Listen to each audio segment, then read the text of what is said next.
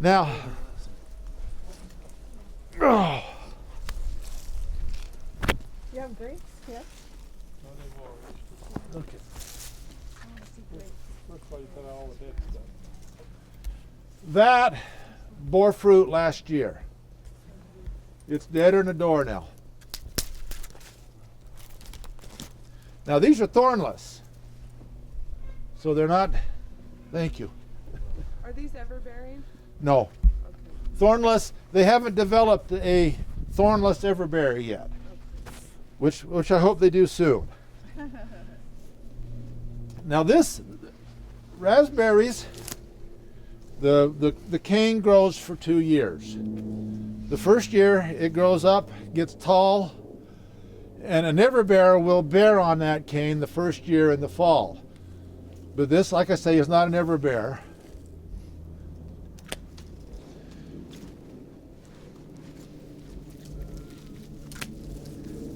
Whoops. Sorry. That's the nice thing about raspberries. You can have a few ups and it's not going to be devastating. Yeah. See, that was the one I meant to cut off. And you said I was a good pruner. Well, we didn't have you work on our raspberries. I know why. At any rate, you go through, and the first thing you do is you take out all the stuff that bore fruit last year. Once those are break off. Yeah. Yeah, Kind of but bend them, they'll break. I have to look professional. Okay.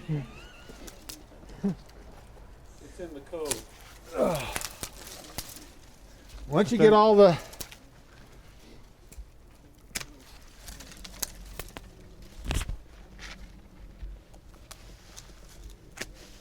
Can you move strawberries? I just bought some plants last year. For the first year, there was no fruit on them. They've grown. Are they in the shade? No, they're. Well, I'd break them at the full base. size. Okay. Do you want them in shade? No. Okay. Yeah, you can dig them up now and move them. Just dig up. Don't break the soil off the roots. Okay. Yeah, they'll move. And then you come in with these, and just they're a mess to try to pick when they're like this. Okay, and what I do is I like to pick them right in this range here.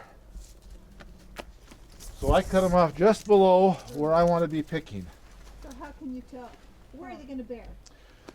These buds, right here, will form new branches that will have the flowers on. Okay. They'll grow out quite a ways, too. Yeah. So if you leave your canes really tall, then what happens? You got the where you're picking is going to be way out here instead of, and then they're hard to get into pick. Okay. See they'll just go through and once you get this all, you want to have about 4 or 5 cane per square foot. So you'll look in here and there'll be some of these that are kind of small and wimpy, and you just cut those out to get rid of them. Sorry about the mic. It happens. Now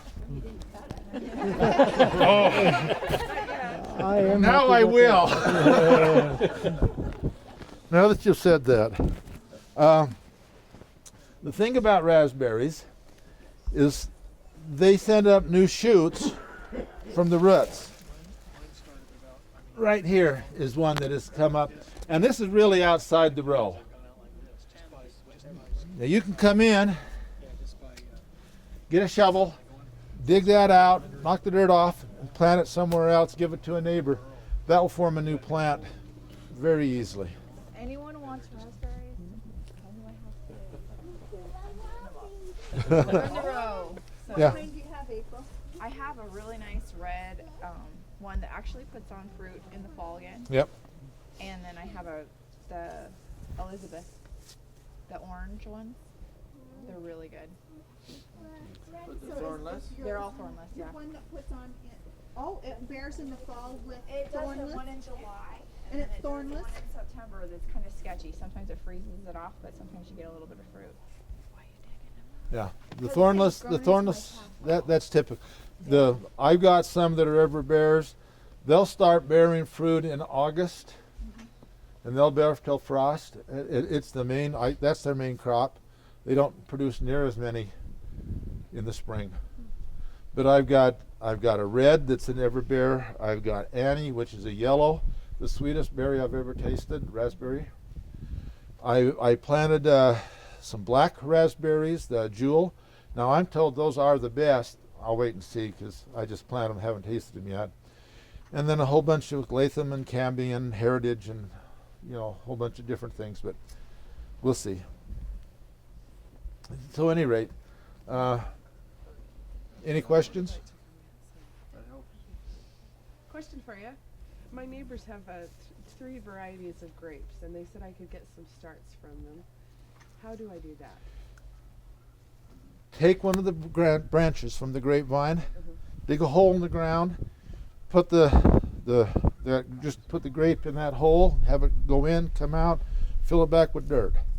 Not from top to bottom, just lay it in there. Just lay it in there, Okay. and then what will happen is Both ends sticking up out of the ground. both ends sticking up, and leave it attached to the vine. Okay. Just bend it down and have it come up. And when you do that, maybe just take a knife and just very lightly damage the plant just a little bit, and leave it in it Where you put it, damage it where you put it in the where soil? it's in the soil. Okay. And it might take a year, but eventually that will produce roots. And what will happen is all of a sudden you'll see the end away from the base start to grow like crazy. And the behind it, the where it comes out of the ground, you start getting a great big. When it goes in, it's still little and dinky, and then at that time you can cut that off, trim it back, and let it go, and then you've got to start the next year. So I go to my neighbor's house and I just clip one of the branches. No, don't clip it. Leave it on.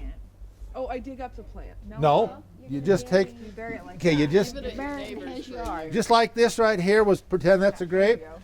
You just take it, you dig a hole, and you just put it in and cover it up. Well, they're on the other. They're like Just in their yard. In their yard, Yeah, yeah. just do it in their yard underneath their plant. Oh, And then a year later you go back, you trim it off, dig it up, and it should have roots on it. This is a test to see how good your neighbor oh, okay. Sorry, I was missing that whole part of burying it in their yard. If you have a greenhouse and you have a misting system, Yes. then you can take the cuttings and put them in and take them home and put them under the mist, and they'll do a lot faster. But that's an expensive way to go to just to get one grapevine, to build a greenhouse and set up a mist system. So you can't do it like you do roses and put them under a courtyard. You can, but your loss is much higher. But answer this then, because I listened to Ross Hadfield one time, and he was cutting his grapevines, and then he left nodes on them, burying them upside down in the ground from February to I don't know when he dug them up, and then he planted them upside right, and then they grew. Yeah, you can do that,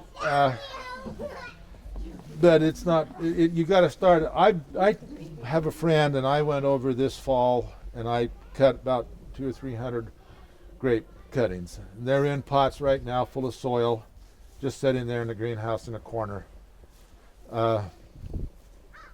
getting ready to start growing roots. And here soon I'm going to pop them out of the pots and put them in individual cells and root them out. But I've got the greenhouse and I've got all the other stuff to do that with. That's more temperamental Yeah. to do it that way. It's easier and for just one or two, and if you got a neighbor that's working with you, just dig the hole, lay the vine in it, and And then you forget about it. forget about it for a year. Yeah, Paul? Or two. Oh, yeah, I pick up the trimmings after she prunes them, so she's the one you need to talk to. Or else go down to the store and buy some.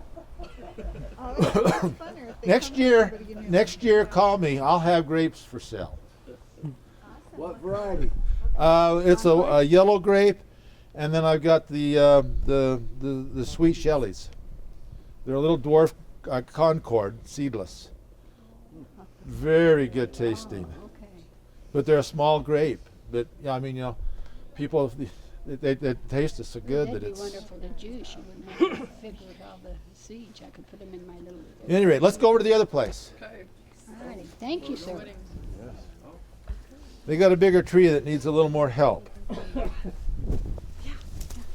Where are you